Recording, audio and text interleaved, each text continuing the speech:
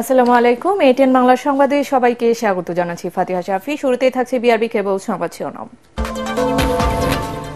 July August গণহত্যার সময় শেখ হাসিনা সহ জড়িতদের গুরুত্বপূর্ণ কল রেকর্ড পাওয়া গেছে। আন্তর্জাতিক অপরাধ ট্রাইব্যুনালকে জানালো প্রসিকিউশন।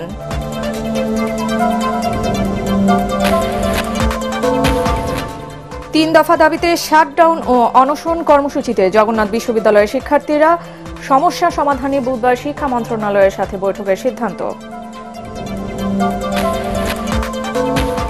বাংলাদেশের বিরুদ্ধে ভারতের কোনো অসম সুবিধা বাস্তবায়ন হতে দেবে না দেশের জনগণ, হুঁশিয়ারি বিএনপি নেতা রুহুল কবির রিজভীর।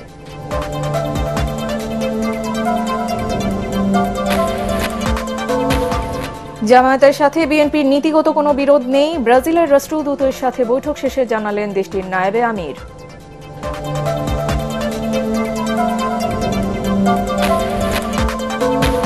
এবং করোনার পর বিশ্বজুড়ে নতুন আলোচিত ভাইরাস এইচএমপিভি বাংলাদেশে নতুন করে শনাক্ত হলেও আতঙ্কিত না হওয়ার পরামর্শ বিশেষজ্ঞদের।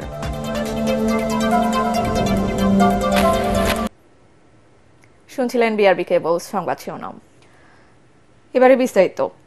জুলাই আগস্ট গণহত্যায় জড়িতদের গুরুত্বপূর্ণ কল রেকর্ড সহ বেশ কিছু ডিজিটাল প্রমাণাদি প্রসিকিউশনের হাতে এসেছে। প্রসিকিউশনের আবেদনের পরিপ্রেক্ষিতে অনলাইন প্ল্যাটফর্ম ও বিভিন্ন উৎস থেকে পাওয়া শেখ হাসিনা সহ জড়িতদের গুরুত্বপূর্ণ কল রেকর্ড ও ডিজিটাল ডকুমেন্টের সত্যতা যাচাইয়ের জন্য সিআইডির মাধ্যমে ফরেনসিক পরীক্ষার অনুমতি দিয়েছে আন্তর্জাতিক অপরাধ ট্রাইব্যুনাল। বিচারপতি গোলাম মুর্তজা মজুমদারের নেতৃত্বাধীন ৩ সদস্যের ট্রাইব্যুনাল এ আদেশ দেন। এ সময় গুমের ঘটনায় তথ্য প্রমাণও মিলেছে বলে ট্রাইব্যুনালকে জানিয়েছে প্রসিকিউশন। বাংলাদেশের এই ট্রাইব্যুনাল ছাড়াও অন্যান্য আন্তর্জাতিক আদালতেও যাতে এসব তথ্য প্রমাণ গ্রহণযোগ্য হয় সেজন্য অকাট্য করে তোলার চেষ্টা করা হচ্ছে। এই হত্যাযজ্ঞের সাথে জড়িত যত প্রমাণাদি ছিল সেগুলো লুকিয়ে ফেলতে সব ধরনের চেষ্টা করা হয়েছে বলে প্রসিকিউশনের পক্ষ থেকে ট্রাইব্যুনালে অভিযোগ করা হয়। একই সাথে এসব তথ্য প্রমাণ জোগাড় করতে তারা যেসব সংস্থায় গেছেন সেখানে অসহযোগিতাও করা হয়েছে বলে জানিয়েছে প্রসিকিউশন। এদিন জুলাই আন্দোলনে যাত্রাবাড়ির ইমাম হোসেন তাইম হত্যাকাণ্ডে গ্রেফতারকৃত পুলিশ এসি তানজিল আহমেদ এবং গাজীপুরের কোনাবাড়িতে হৃদয় হত্যাকাণ্ডের আসামি কনস্টেবল আকরামকে আইসিটি মামলায় গ্রেফতার দেখিয়ে আগামী সোমবার হাজির করার নির্দেশ দেন ট্রাইব্যুনাল। অনেকগুলো প্রমাণই আছে আমাদের, এবং আমরা এটা বলতে চাই, আমরা এই ট্রায়ালে আমরা পুরোপুরি ডিজিটাল বেসড আমরা প্রমাণগুলো সংগ্রহ করছি যাতে অকাট্যভাবে এটা প্রমাণিত হয়। জেনজেট যে ট্রায়ালটা আশা করে, আমাদের ট্রায়ালটা যাতে জেনজেটের মতোই হয় এবং অত্যন্ত তথ্য প্রযুক্তি নির্ভর হয় এবং সেটা যাতে এভিডেন্সলি অ্যাকসেপ্টেড হয়। কেউ যেন অন্য কোনো অর্থে অন্য কোনোভাবে এই উপাদানকে প্রশ্নবিদ্ধ না করতে পারে, এর জন্য আমরা সোচ্চার আছি। সেনাবাহিনীর হাতে দ্বিতীয় ক্যাম্পাসের কাজ হস্তান্তর সহ ৩ দফা দাবিতে জগন্নাথ বিশ্ববিদ্যালয়ের প্রধান ফটকে তালা ঝুলিয়ে শাটডাউন ও গণ কর্মসূচি পালন করছেন শিক্ষার্থীরা। সকালে শিক্ষার্থীরা বিশ্ববিদ্যালয়ের প্রধান গেটে তালা ঝুলিয়ে দেয়। এছাড়াও শহীদ সাজিদ বিজ্ঞান ভবন সহ বিভিন্ন ভবনের সামনে তালা ঝুলিয়ে গণ অনশনে বসেন তারা। এদিকে প্রধান ফটকে তালা ঝুলার নয়, ক্যাম্পাসের মধ্যে কোনো ধরনের যানবাহন ঢুকতে পারছে না, তবে সাধারণ শিক্ষার্থীরা চলাচলের জন্য পকেট গেট খোলা রয়েছে। দ্রুততম সময়ের মধ্যে মন্ত্রণালয়, ইউজিসি ও বিশ্ববিদ্যালয় প্রশাসন আলোচনায় না বসলে সচিবালয় অভিমুখে পদযাত্রার হুঁশিয়ারি দিয়েছেন আন্দোলনরত শিক্ষার্থীরা।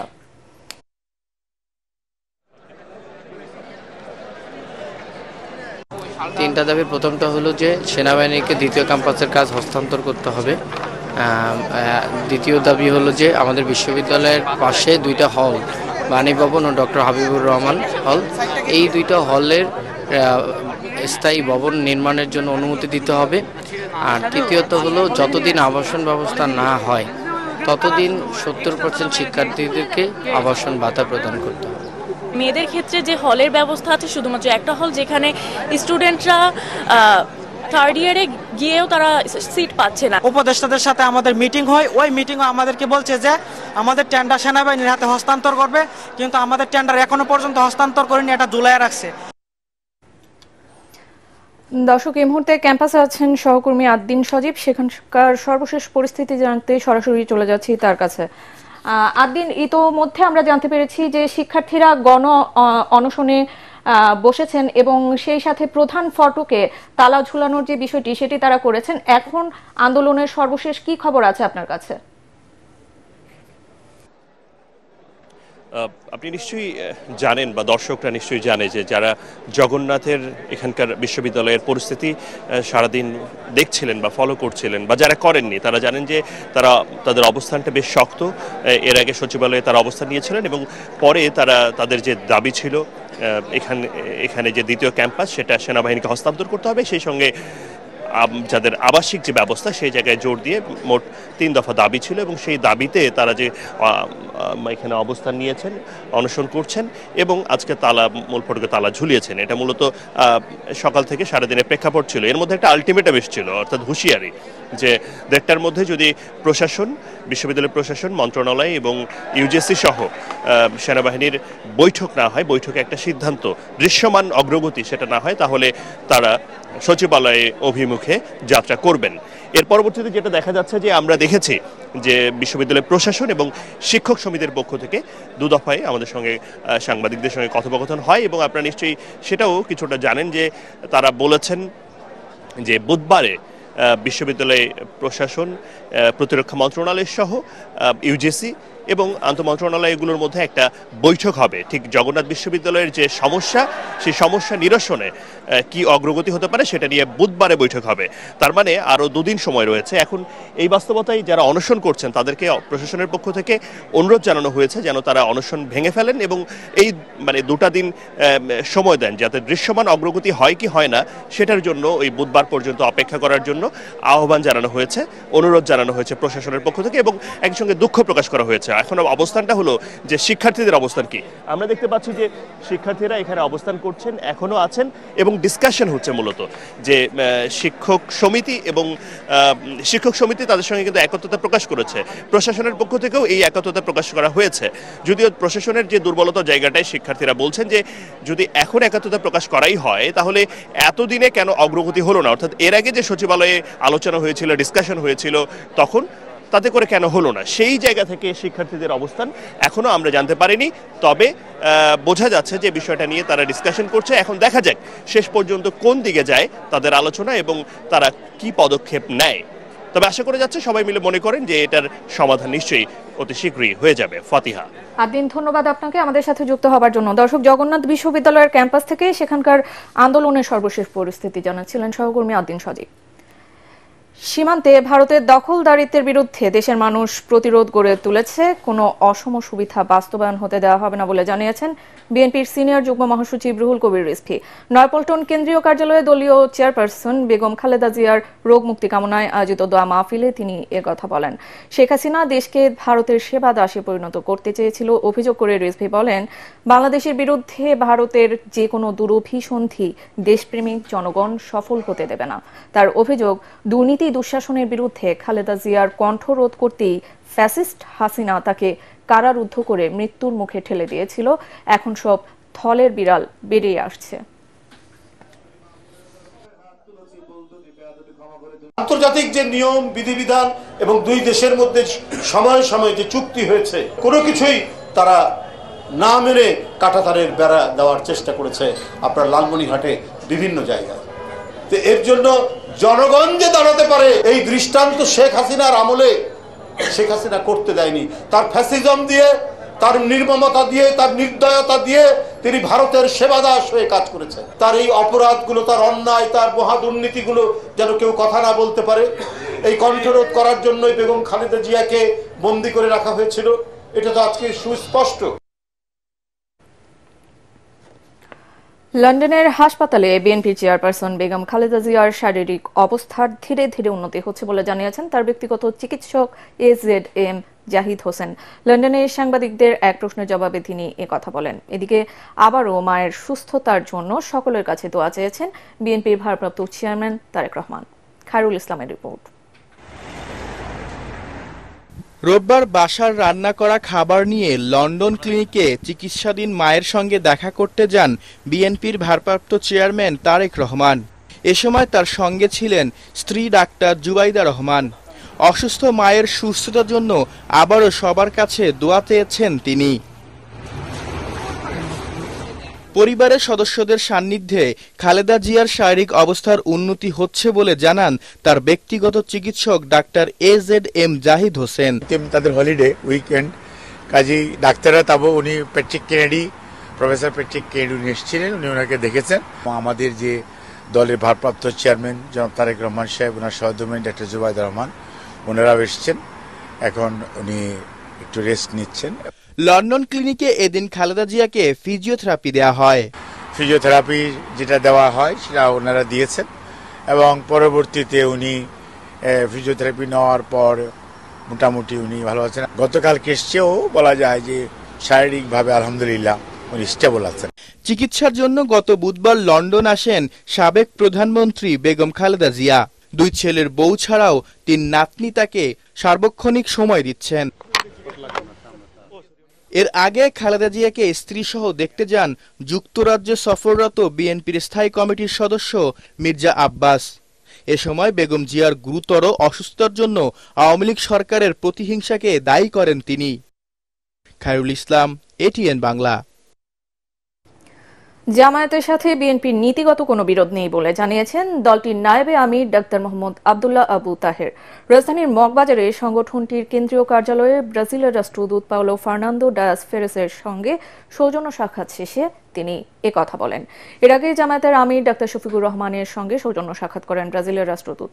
দেশে সুষ্ঠু নির্বাচন, আমদানি রপ্তানি সহ নানা প্রসঙ্গে প্রায় 1.5 ঘণ্টা সাক্ষাতে ব্রাজিল যেন বাংলাদেশি বিনিয়োগে আগ্রহী হয় সে বিষয়ে জোর দেন জামায়াতের আমির। এ সময় ব্যবসা বাণিজ্য সম্প্রসারণে বাংলাদেশের সাথে কাঁধে কাঁধ রেখে আগামীতে একসাথে কাজ করার প্রত্যাশা জানান ব্রাজিলের রাষ্ট্রদূত।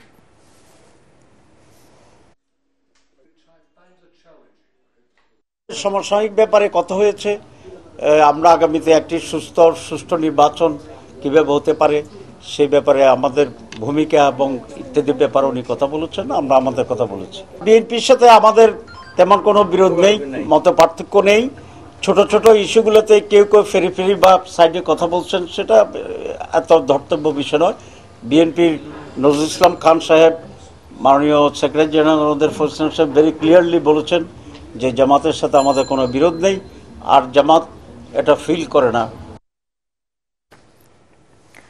চাকুরিতে পুনর্বহালের দাবিতে 6 দিন বিরতি দিয়ে আবারও সচিবালয়ের সামনে অবস্থান নিয়েছেন পুলিশের 40তম ব্যাচের বাদ পড়া 321 জন এসআই প্রার্থী। সকালে সচিবালয়ের 2 নম্বর গেটের সামনে অবস্থান নেন তারা। তাদের অভিযোগ, সারদায় 1 বছর ট্রেনিং করার পর বিভিন্ন থানায় তাদের পোস্টিং দেওয়ার কথা ছিল, কিন্তু তা না করে শৃঙ্খলা ভঙ্গের অজুহাত দেখিয়ে ধাপে ধাপে তাদের বাদ দেওয়া হয়। এমন বাস্তবতায় আবারও পুনর্বহালের দাবি জানিয়েছেন তারা। এর আগে গত 6 জানুয়ারি তাদের চাকুরিতে পুনর্বহালের ব্যাপারে আশ্বস্ত করেছিলেন স্বরাষ্ট্র মন্ত্রণালয়ের সিনিয়র সচিব নাসিমুল গনি।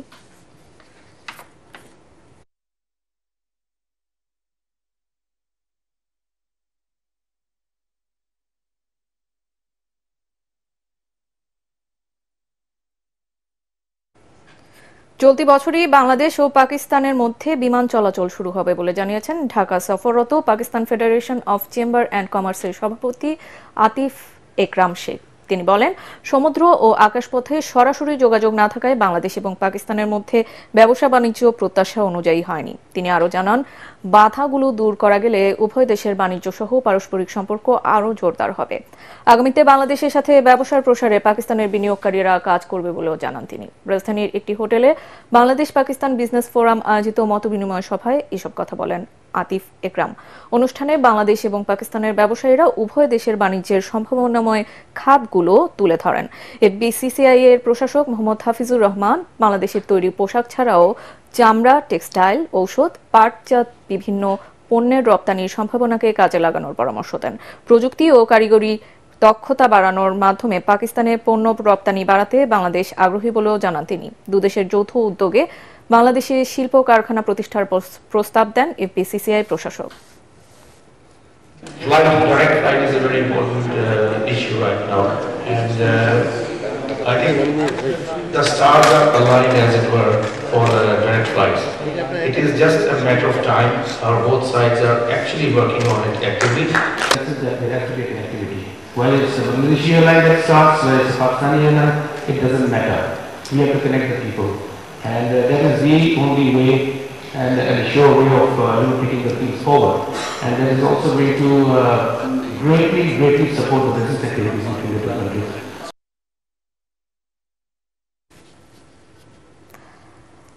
করোনা মহামারীর পর বিশ্বজুড়ে এখন নতুন আলোচিত ভাইরাসের নাম হিউম্যান মেটানিউমোভাইরাস বা HMPV। 2001 সালে বাংলাদেশে প্রথম এই ভাইরাস শনাক্ত হলেও রোববার নরসিংদীর এক নারীর শরীরে পাওয়া গেল HMPVর অস্তিত্ব। তবে ভাইরাসটি নিয়ে আতঙ্কিত হবার কিছু নেই বলে আশ্বস্ত করেছেন বিশেষজ্ঞরা, যদিও রোগটি এড়াতে সতর্ক থাকার পরামর্শ দিয়েছেন তারা। আরও জানাচ্ছেন Rasna Das. And on my left, of patients, many of them old people, being assisted with oxygen. Corona virus সংক্রমণের 5 বছর পর আবারও সেই চীন থেকেই সংক্রমণের শুরু হিউম্যান মেটানিওমা বা HMPV ভাইরাসের। এতে নতুন করে উদ্যোগ দেখা দিয়েছে বিশ্বজুড়ে। তবে ভাইরাসটি ভয়াবহ আকার ধারণ করবে কিনা সে বিষয়ে এখনো কোনো সতর্কবার্তা দেয়নি বিশ্ব স্বাস্থ্য সংস্থা। বাংলাদেশে 2017 সালে প্রথম এই ভাইরাস পাওয়া গেলেও 9 জানুয়ারি নতুন করে এক নারীর শরীরে HMPV শনাক্ত করেছে রোগতত্ত্ব, রোগ নিয়ন্ত্রণ ও গবেষণা কেন্দ্র IEDCR। তবে ভাইরাস সংক্রমণ বিশেষজ্ঞ ডক্টর M মুস্তাক হোসেন জানিয়েছেন, HMPV নিয়ে এখনই আতঙ্কিত হবার কিছু নেই। এটি কোভিডের মতো নতুন কোনো ভাইরাস নয় বলেও জানান তিনি। এটা বাংলাদেশে আমরা 2001 সাল থেকে দেখছি। নেদারল্যান্ডসে 2001 সালে যখন ল্যাবরেটরিতে পরীক্ষা করা হলে নাম দেওয়া হলো এটা। তবে এটা ভাইরাসটা আগে থেকে ছিল। কেউ কেউ বলছেন যে সেরোলজি করে দেখা গেছে যে 1950-এর দশক থেকেও এটা ছিল। এটা নতুন করে উদ্ভূত ভাইরাস হয়ে গেছে রিসেন্টলি সেটা না। যেমন কোভিড, যে কোনো ভাইরাস, যে কোনো ব্যাকটেরিয়া যত বেশি কম ছড়ায় ততই ভালো। ভারত, চীন সহ বিভিন্ন দেশে ইনফ্লুয়েঞ্জা ধাঁচের এই ভাইরাসে আগেও মানুষ আক্রান্ত হয়েছে। অনেকের মধ্যে এই ভাইরাস প্রতিরোধের ক্ষমতা বেড়েছে। তাই এতে কেউ আক্রান্ত হলেও শরীরে রোগ দানা বাঁধবে না বলে আশ্বস্ত করেন এই বিজ্ঞানী। এই ভাইরাসটা পুরাতন, কিন্তু এটা পরিবর্তিত হয়ে এখনো সেই ক্ষমতা অর্জন করেনি যে এটা মানুষকে মারাত্মক অসুস্থ করতে পারে। এটা নজরদারি আন্তর্জাতিকভাবে বিজ্ঞানের বিভিন্ন দেশে দেখছেন, আমরাও দেখছি। কাজে এখানে আতঙ্কিত হওয়ার কোনো কারণ নেই। আমাদের শ্বাসতন্ত্র বাহিত যে কোনো রোগের বিরুদ্ধেই আমাদের সুরক্ষিত থাকা উচিত। HMPV আক্রান্ত ওই নারী ঢাকার একটি হাসপাতালে চিকিৎসাধীন। HMPVর পাশাপাশি ব্যাকটেরিয়াজনিত সংক্রমণেও আক্রান্ত তিনি। তার শারীরিক পরিস্থিতি সার্বক্ষণিক পর্যবেক্ষণ করছেন স্বাস্থ্য অধিদপ্তর। রাসনা দাস, ATN বাংলা, ঢাকা। লালমনিরহাটের রেলওয়ের জমিতে অবৈধভাবে নির্মিত মার্কেট সহ বিভিন্ন স্থাপনা গুড়িয়ে দিয়েছে রেলওয়ে কর্তৃপক্ষ। আওয়ামী লীগ সরকারের প্রভাবশালী নেতার গড়ে তোলা এসব স্থাপনা উচ্ছেদকে স্বাগত জানিয়েছে এলাকাবাসী। তবে উচ্ছেদ অভিযানে ক্ষতিগ্রস্ত ক্ষুদ্র ব্যবসায়ীরা সরকারের কাছে ক্ষতিপূরণ চেয়েছেন। লালমনিরহাট প্রতিনিধি আনোয়ার স্বপনের রিপোর্ট, জানাচ্ছেন ফারহিন ইসলাম টুম্পা। জেলার মোগলহাট গেট এলাকায় রেলওয়ের জায়গা দখল করে মার্কেট নির্মাণ করেন আওয়ামী লীগ নেতা জহুরুল হক মামুন। তার মৃত্যুর পর এর দেখভাল করে আসছে তার পরিবার। রেল কর্তৃপক্ষ জানায়, অবৈধভাবে নির্মিত ওই মার্কেট সরাতে একাধিকবার নোটিশ দেওয়ার পরেও বারবার ব্যর্থ হন তারা। তবে পর্যায়ক্রমে অবৈধ সব স্থাপনা উচ্ছেদের কথা জানিয়েছে রেল কর্তৃপক্ষ। 10 তারিখ পর্যন্ত সময় দেওয়া হয়েছে, 10 ডিসেম্বরের মধ্যে স্থাপনাগুলো সরাই নিতে হবে। এর আলোকে আমরা উচ্ছেদ করতেছি এবং এটা কন্টিনিউ করব। দীর্ঘদিন পর সরকারি জমি দখলমুক্ত করতে পারায় রেলওয়ে কর্তৃপক্ষকে সাধুবাদ জানিয়েছে বৈষম্য বিরোধী ছাত্র আন্দোলনে অংশ নেওয়া শিক্ষার্থীরা। রেল কর্তৃপক্ষ এগুলো পরিণত করে আমাদের সুবলতা দেখতে যাচ্ছি, আমরা আমাদের দেশকে নতুনভাবে সাজাতে দেখতে যাচ্ছি। এদিকে উচ্ছেদ অভিযানে ক্ষতিগ্রস্ত ক্ষুদ্র ও ফুটপাতের ব্যবসায়ীরা বলছেন, অভিযানের আগে মালামাল সরাতে পর্যাপ্ত সময় পাননি তারা। তাদের দাবি, এসব জায়গা লিজ বা যথাযথ আইনি প্রক্রিয়ার মাধ্যমে ব্যবহারের সুযোগ করে দিলে তারা আর্থিক ক্ষতি পুষিয়ে নিতে পারবেন। একই সাথে লাভবান হবে সরকার। আজকে আমাদের ক্ষতিপূরণের দাবি কে দিবে, কে বা কি করবে? আমরা অনাহারে দিন কাটাচ্ছি, বুঝলেন নাকি? আমাদের যে ক্ষুদ্র ফল ব্যবসা করি এর মধ্যে থেকে আমাদের জীবিকা নির্বাহ। আমাদের দীর্ঘস্থায়ী একটা পুনর্বাসন এবং লিজ দিলে সরকারও টাকা পাচ্ছে, আমরাও বেঁচে যাচ্ছি। অতএব ঊর্ধ্বতন কর্তৃপক্ষের কাছে আমাদের আবেদন, নেক্সটে যাতে আর কোনো এই না ভাঙে। এ অভিযানে প্রায় 50 শতক রেলের জায়গা উদ্ধার করেছে কর্তৃপক্ষ। Bureau report, ATN Bangla. সিগারেটের উপর কার্যকর কর আরোপ না করার কারণে সরকার প্রতিবছর ৬,৬০০ কোটি টাকার রাজস্ব হারাচ্ছে। কার্যকর কর আরোপ করতে পারলে ১১ থেকে ২৮% পর্যন্ত রাজস্ব বৃদ্ধি করা সম্ভব। জাতীয় প্রেস ক্লাবে ২০২৫-২৬ অর্থবছরে সিগারেটে কার্যকর কর আরোপের প্রস্তাবনার বিষয়ে সংবাদ সম্মেলনে বক্তারা এসব কথা বলেন। এতে বক্তব্য রাখেন জাতীয় দলের সাবেক ফুটবলার শেখ মোহাম্মদ আসলাম, কায়সার হামিদ, অধ্যাপক শফিউল নাহিন শিমুল। এ সময় তারা সিগারেট নিষিদ্ধের দাবি করেন। শেখ মোহাম্মদ আসলাম বলেন, সচেতনতা বাড়ালে সিগারেটের ব্যবহার কমাতে ভ্যাট ট্যাক্স আরোপের প্রয়োজন হবে না। সেফ জোনে ধূমপান করতে আইন করার দাবিও জানান সাবেক ফুটবলার। এবার আল আরাফা ইসলামী ব্যাংক অর্থ সংবাদ।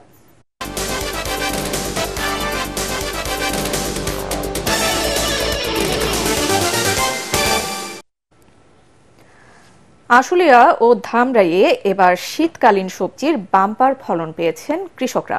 চাহিদা থাকায় ভালো দামও মিলছে, তবে কিছু জমিতে পোকার আক্রমণে লোকসানে পড়েছেন কেউ কেউ। কৃষি সম্প্রসারণ অধিদপ্তরের সহযোগিতায় এবার সবজি চাষে লাভবান হওয়ার প্রত্যাশা কৃষকদের। সাফার প্রতিনিধি শেখ বাশারের রিপোর্ট, জানাচ্ছেন তামান্না জেনিফার।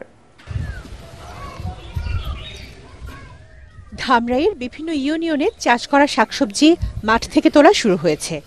প্রায় ২৫০০ হেক্টর জমিতে এবার সিম, বেগুন, পেঁপে, ফুলকপি, বাঁধাকপি সহ বিভিন্ন শাকসবজির চাষ হয়েছে। প্রতিদিনই মাঠ থেকে ফসল তুলে স্থানীয় বাজার সহ ঢাকা, গাজীপুর, মানিকগঞ্জে পাঠানো হচ্ছে সবজি। স্থানীয় চাহিদা মিটিয়ে বাইপাইল, কারওয়ান বাজার, গাজীপুরের কোনাবাড়ি সহ বিভিন্ন বাজারে সবজি পাঠিয়ে ভালো দামও পাচ্ছেন কৃষকরা। আমাদের শীতকালীন সবজি এবার বাম্পার ফলন হয়েছে। আমরা কৃষকরা অনেক লাভবান হচ্ছি এবং অনেক টাকা দামে বিক্রি করতে পারতেছি। ভালো ফলন হয়েছে আর কি, আমি এখন ভালো খুশি রাখতে আমার। সিমের দাম ভালোই ভাবে আনছি, কিন্তু বছর সার বিষয়ে দামটা কমাইলে আমরা একটু লাভবান হতাম আর কি। তবে কোনো কোনো জমিতে দেখা দিয়েছে পোকার আক্রমণ, ফলে ক্ষতির আশঙ্কাও কাটছে না কৃষকের। খেত করছি, টেহা পয়সা বাইঙ্গা বিচি, কত টেহার বিচি কিনে বুনছি, হ্যাঁ খেতে তো আমার উতেল হয় না, কিছুই হয় না। দুন্দল বুনছি, সিম বুনছি, হ্যাঁ খেতে আমার লস। কোনো বাবা আমি ঋণ পেনে বুনছি, অন্ত কোনো ভাবে খেত উঠে হেননে। বিষমুক্ত সবজি চাষ ও খাদ্য চাহিদা মেটাতে বছর জুড়েই সবজি চাষে কৃষকদের উদ্বুদ্ধ করা হচ্ছে বলে জানিয়েছে কৃষি অধিদপ্তর। বিভিন্ন ধরনের রবি সবজি আমাদের ছিল এবং কৃষকরা এবার তাদের মুখে হাসি ফুটেছে। ওনারা সবজির যে কাঙ্ক্ষিত যে দাম সেটা তারা পেয়েছে এবং কিছু কিছু জায়গায় আমাদের খুবই নগণ্য কিছু জায়গায় আবার পোকার আক্রমণ হয়েছিল, সেগুলো আমরা তাৎক্ষণিক কৃষকদেরকে পরামর্শ দিয়েছি যেন ওই জমিটাতে ওই সবজিটা চাষ না করে অন্য সবজি আগামী বছর ওনারা চাষ করবেন। ধামরাইয়ে দীর্ঘদিন ধরেই শীতকালীন সবজি ছাড়াও মিশ্র পদ্ধতিতে একই সঙ্গে একাধিক সবজি চাষেও ঝুঁকছেন কৃষকরা। ফলে বছর জুড়েই শাকসবজি সরবরাহের অন্যতম উৎস হয়ে উঠেছে এই অঞ্চল। Bureau report, ATN Bangla. সংবাদের এ পর্যায়ে থাকছে সন্ধানী লাইফ ইন্স্যুরেন্স আন্তর্জাতিক সংবাদ।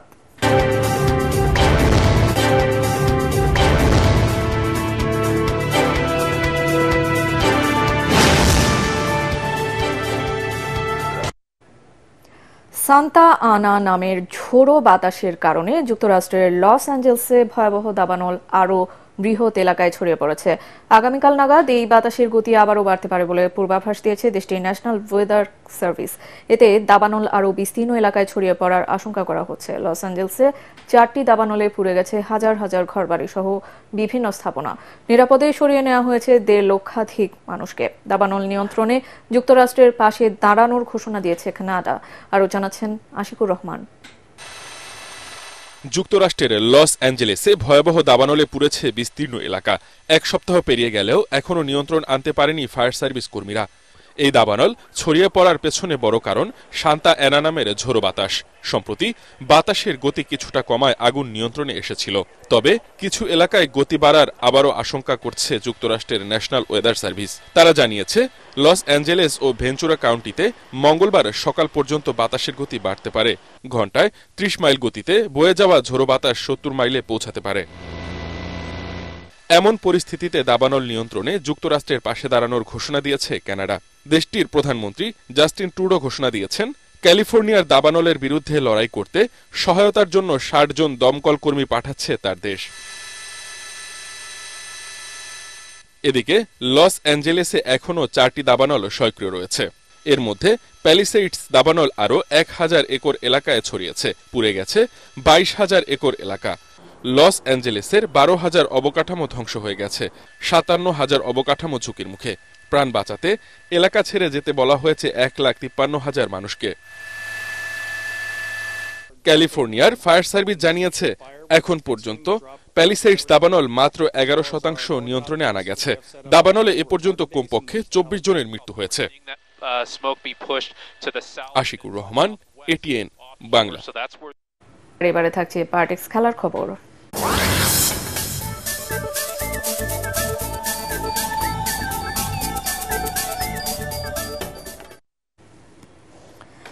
সিলেটে বিপিএল এর ম্যাচে স্বাগতিক দলের বিপক্ষে টসে হেরে ব্যাট করছে চিটাগং কিংস।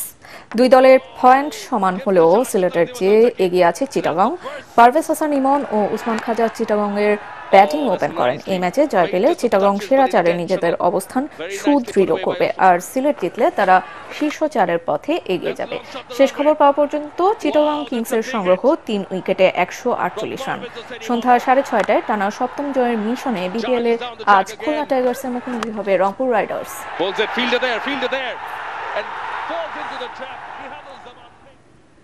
রিয়াল মাদ্রিদকে 5-2 গোলে বিধ্বস্ত করে স্প্যানিশ সুপার কাপের শিরোপা জিতল বার্সেলোনা। দ্বিতীয়ার্ধে গোলরক্ষক সেচনি লাল কার্ড দেখালে বাকি 34 মিনিট 10 জন নিয়ে খেলে কাতালানরা। তবু প্রতিযোগিতার ইতিহাসে সর্বোচ্চ 15 বার এই ট্রফি নিয়ে মাঠ ছাড়ে হান্সি ফ্লিকার দল। রিপোর্ট এসএম আশরাফের। চিরপ্রতিদ্বন্দ্বীদের কাছে হারলে জাতমান থাকে না। লড়াইটা শুধু ট্রফিতে সীমাবদ্ধ নয়, দুদলের সমর্থকদের কাছেই যেন সম্মান বাঁচানোর অস্তিত্বের যুদ্ধ। সেই লড়াইয়ে রিয়াল মাদ্রিদকে রীতিমতো মুখ লুকানোর অবস্থা তৈরি করল বার্সেলোনা। যদিও সৌদি আরবের কিং আবদুল্লাহ স্পোর্টস সিটিতে কিলিয়ান এমবাপ্পে মাত্র 5 মিনিটেই যেভাবে বার্সার রক্ষণকে দুমড়ে মুচড়ে দলকে এগিয়ে নিলেন, তাতে ভিন্ন আভাসই পাওয়া যাচ্ছিল। তবে লামিন ইয়ামাল স্মরণ করিয়ে দিলেন কেন তাকে ভবিষ্যতের মহাতারকা ভাবা হয়। 22 মিনিটে খেলা সমতায় 1-1। এর পরের কাব্যটা শুধুই বার্সেলোনা লিখে গেল। 36 মিনিটে রবার্ট লেভানদোভস্কি, 39 মিনিটে রাফিনহা। কাতালান শিবিরের খেলায় যেন পেপ গার্দিওলা যুগের ছন্দের জাদু। প্রথমার্ধের ইনজুরি সময়ে আলেজান্দ্রো বালদের দৃঢ়তায় রিয়ালের জালে বার্সার গোল সংখ্যা 1 হালি। অবাক বিধ্বস্ত কার্লো আনচেলত্তির শিষ্যরা যেন দিকভ্রান্ত। দ্বিতীয়ার্ধে রাফিনহার নিজের দ্বিতীয় আর দলের পঞ্চম গোলে জয় প্রায় নিশ্চিত হয়ে যায়। তবু বার্সা গোলরক্ষক সেজনি 56 মিনিটে লাল কার্ড দেখলে খেলায় ফেরার স্বপ্ন দেখে রিয়াল সমর্থকরা। কিন্তু রদ্রিগো শুধু এক গোলই শোধ দিতে সক্ষম হয়। এ নিয়ে টানা 2টি এল ক্লাসিকোতে অন্তত 4 গোল হজম করল Real Madrid. SM Ashraf, ATN Bangla. সংবাদ শেষ করছি, তার আগে বিআরবি কেবল সংবাদ শিরোনামগুলো আরো একবার। জুলাই গণহত্যায় জড়িতদের গুরুত্বপূর্ণ কল রেকর্ড সহ ডিজিটাল প্রমাণাদি প্রসিকিউশনের হাতে সত্যতা যাচাইয়ে পাঠানো হচ্ছে সিআইডির ফরেনসিক বিভাগে।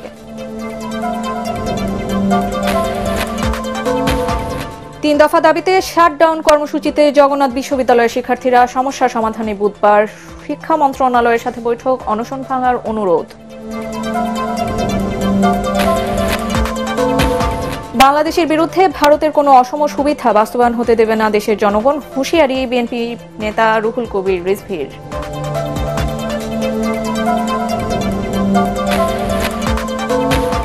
জামায়াতের সাথে বিএনপির নীতিগত কোনো বিরোধ নেই, ব্রাজিলের রাষ্ট্রদূতের সাথে বৈঠক শেষে জানালেন দেশটির নায়েবে আমির।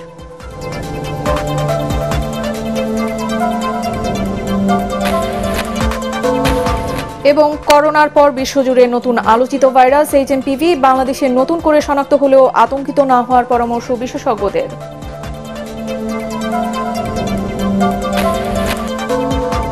আর এই ছিল এখনকার মতো, রইল পরবর্তী সংবাদ দেখার আমন্ত্রণ। এটিএন বাংলা সংবাদ ইউটিউবে দেখতে ব্রাউজ করুন, youtube/ATN বাংলা নিউজ। ধন্যবাদ।